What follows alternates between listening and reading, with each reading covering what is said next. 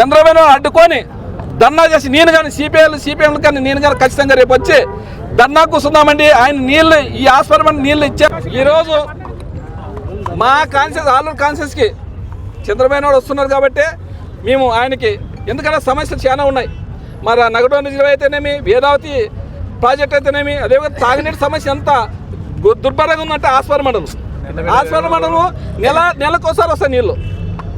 ఈయనుండే ప్రభుత్వం వాళ్ళదే. మేము ఎన్నోసార్లు ప్రజా సమస్యల మీద డిఆర్సీ మీటింగ్ కానీ మన జిల్లా పరిషత్ మీటింగ్ కానీ ఎన్నోసార్లు చెప్పినా కానీ వాళ్ళకి చెవునికి అసలు వాళ్ళు ఏ చీమి కుట్టినంతగానే కాలేదు. ఎందుకంటే నేను ప్రతి గ్రామానికి పోతున్నాను. నీటి సమస్య ఎంత ఘోరంగా ఉందో అంత ఘోరంగా ఉంది.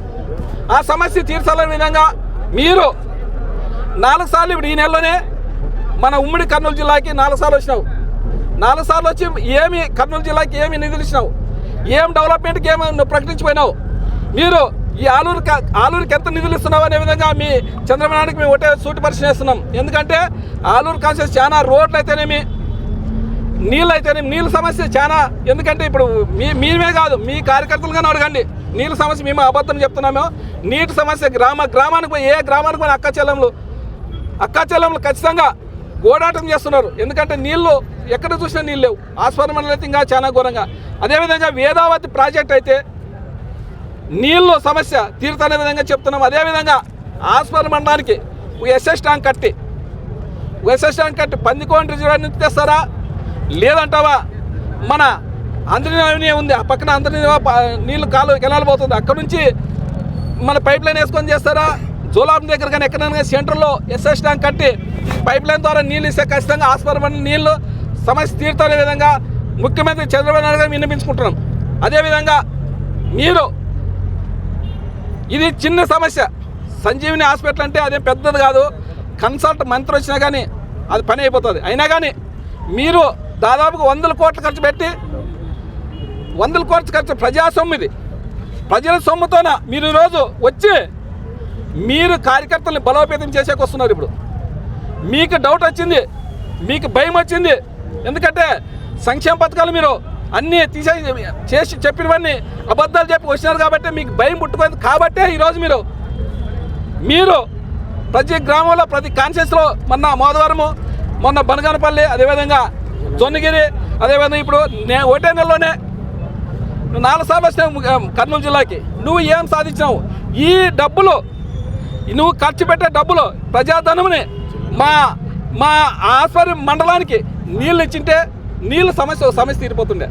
ఇటుకు వచ్చే ఆరోగ్య శాఖ మంత్రి ఉంటారు, ఆయన వచ్చినా కానీ ఓపెన్ చేసిపోవచ్చు. నువ్వు ఎందుకు వస్తున్నావు అంటే నువ్వు మీ కార్యకర్తలను బలోపేతం చేసేకి, మీ నాయకులు బలోపేతం చేసేకి ప్రజా సొమ్ముతోన ఈరోజు ప్రజల సొమ్ముతో నువ్వు మీటింగ్లు పెట్టుకొని మీ కార్యకర్తలను బలోపేతం చేస్తున్నావు. 2 సంవత్సరాలకే మీ మీద మీకే నమ్మకం లేకుండా అయిపోయింది.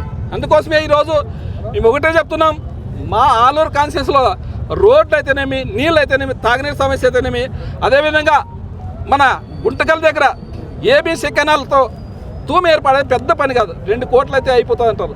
ఆ తూము కానీ ఎన్ని రోజుల నుంచి చెప్తున్నాను. అదేవిధంగా మన ధ్యానకొండ మండలికి దాదాపు 25 చెరువులు ఉన్నాయి. ఆ చెరువులకి మన హందిని పక్కన పోతుంది కాబట్టి ఆ చెరువులుగా 25 చెరువులు నీళ్ళు ఇడిచే విధంగా మీరు చర్యలు తీసుకోవడం విధంగా ఈ మనం ముఖ్యమంత్రి గారికి మేము విన్నవించుకుంటాము. అదేవిధంగా మీరు ఏదైనా కానీ మీరు ఎన్ని నిధులు ఇస్తారో, ఎంత డెవలప్మెంట్ చేస్తారో మీరు ఖచ్చితంగా మీ సభలో ప్రకటించుకోలేని విధంగా మీడియా మిత్రుల ద్వారా మేము విన్నవించి చేసుకుంటున్నాము. అదేవిధంగా మీ కార్యకర్తలు అయితేనేమి, మీ నాయకులు అయితేనేమి, భూదందాలు అయితేనేమి, కార్యకర్తలు మన అందరూ చాలా చిత్రహింస పెడుతున్నారు. మీరు దాన్ని బలోపేతం చేసేకొస్తున్నావా, లేకపోతే మీ ఇన్ఛార్జీలు మీ ఎమ్మెల్యేలతో డబ్బులు అంతా వాళ్ళు వసూలు చేసినవన్నీ మీరేమన్నా దాన్ని బాగా మర్చుకునేకి వస్తున్నారు. మాకు అర్థం కావట్లేదు కాబట్టి మాకే ఖచ్చితంగా మీరు ఒకటే చెప్తాం, మా ఆలూరు కాన్స్టిట్యున్సీకి తగని అన్ని నీటి సౌకర్యం కానీ, వేదావతి కానీ, నగడో రిజర్వాయర్ కానీ త్వరగా, ఎందుకంటే మా జగన్మోహన్ రెడ్డి గారు వచ్చినాక 2019లో దాన్ని దాదాపు 80% పూర్తయింది. దాన్ని ఉండే 20% దాన్ని కానీ నిలిపేసిన మీరు వచ్చి రెండు సంవత్సరాలది. అదేవిధంగా మన దోల్తాన్ రోడ్డు కంకరంతా పరిచేసినారు. అప్పుడు మాకు నీ ఇన్ఛార్జ్ ఉన్నాగానే ఇంతవరకు దానికని నిధులు లేక నిలబడిపోయిన రోడ్లు.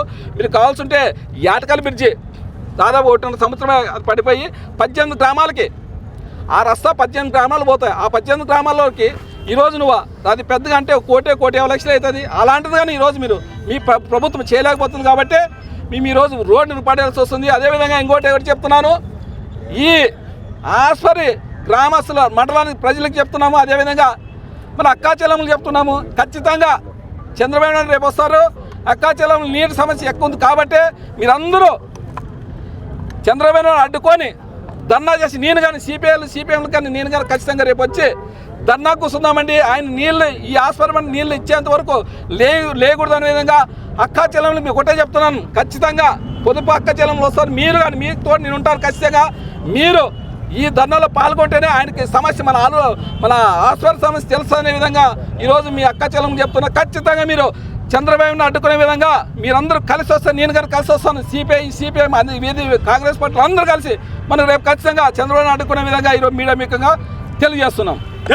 లేకపోతే మీ ఇన్ఛార్జులు మీ ఎమ్మెల్యేలతో డబ్బులు అంతా వాళ్ళు వసూలు చేసినవన్నీ మీరేమన్నా దాన్ని బాగా మర్చుకునేకి వస్తున్నారు. మాకు అర్థం కావట్లేదు. కాబట్టి మీరు కార్యకర్తల్ని బలోపేతం చేసేకి వస్తున్నారు. ఇప్పుడు మీకు డౌట్ వచ్చింది, మీకు భయం వచ్చింది.